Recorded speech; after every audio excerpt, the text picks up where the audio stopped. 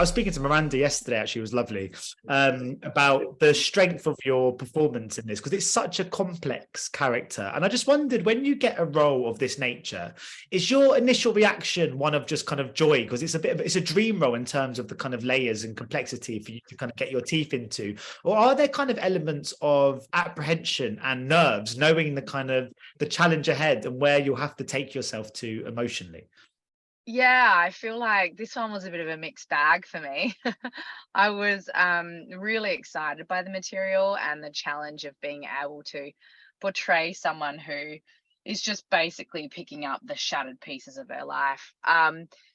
So look, I'm a mum. I've got 4 kids. My life is really busy and I have to be so on point with my kids. At the end of the day, I'd go to work and I'd have to really switch off. So I think it seems like a really overwhelming thing to have to jump into in the couple of weeks leading up to the filming. But I'm not one to back down from a challenge. So I figured I would find my flow with it, and if necessary, just get really specific in what tools I would need to lean on to be able to turn off the work at the end of the day, because I couldn't carry any of that darkness with me when I'm parenting my kids. So it was really hard and I was exhausted. I didn't sleep a lot. I would dream about the world so much.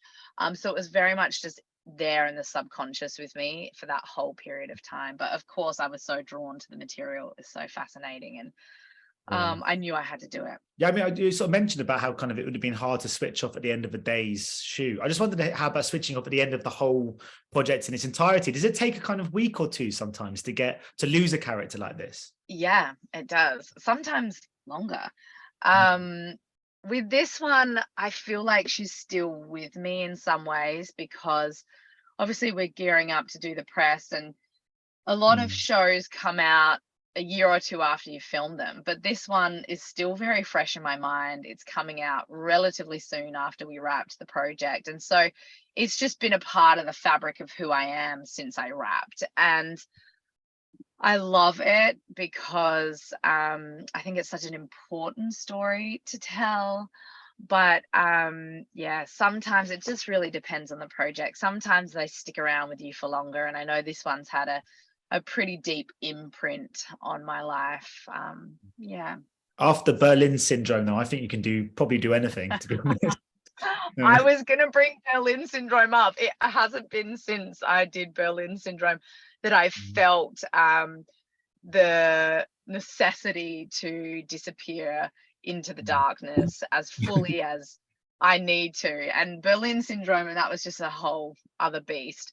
But you know, I'm back in that kind of dark headspace again with Freya. So it was, yeah, many colors. This experience was many colors for me. I'm interested to know about research you can do for something like this, because I mean, I imagine whenever you sign up to any project, it's quite handy sometimes to kind of delve into the world that you're about to sort of embody a character in. But in something like this, I mean, the very nature of the kind of the situation that the character's kind of been in is so secretive, so dark, and so kind of something that we're not necessarily privy to in real life. I just wondered if you did undertake any research and if you found it challenging to really dig deep into this world.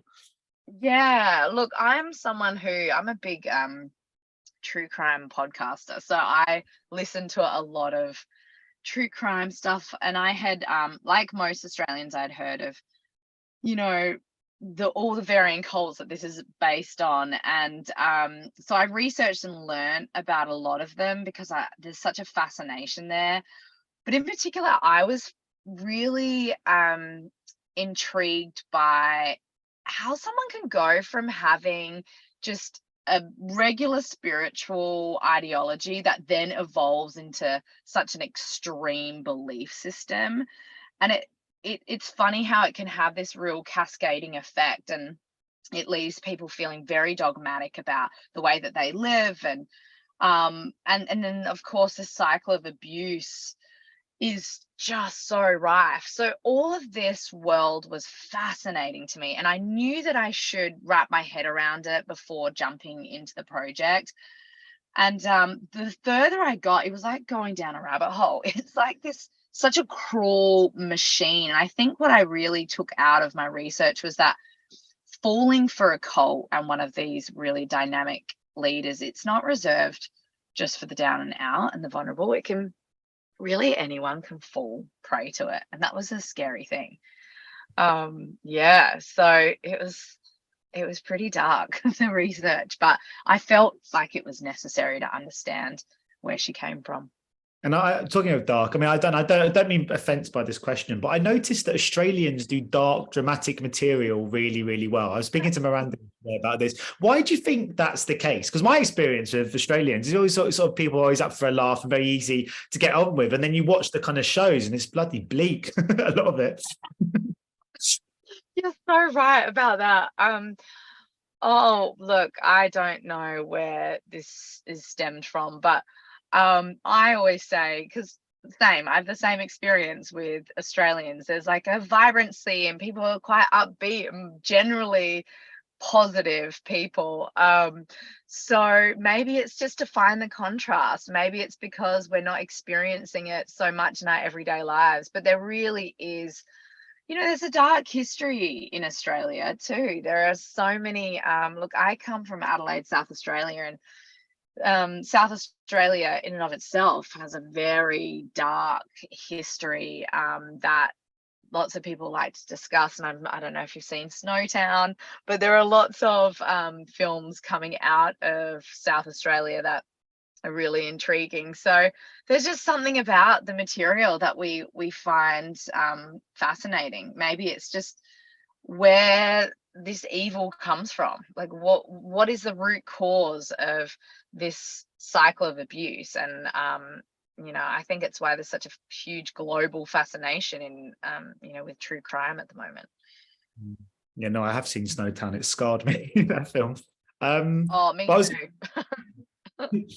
My final question today is because just sort of on the subject of Australia and sort of looking at your career, kind of you make films kind of all over. I gather I get the sense that just kind of choosing the best scripts, the best characters, and it's kind of taking you across Europe and to the States. I just wondered about making stuff in your home nation in Australia. Do you think it's always important to look for roles on home soil? Can you see yourself constantly kind of seeking out roles at home?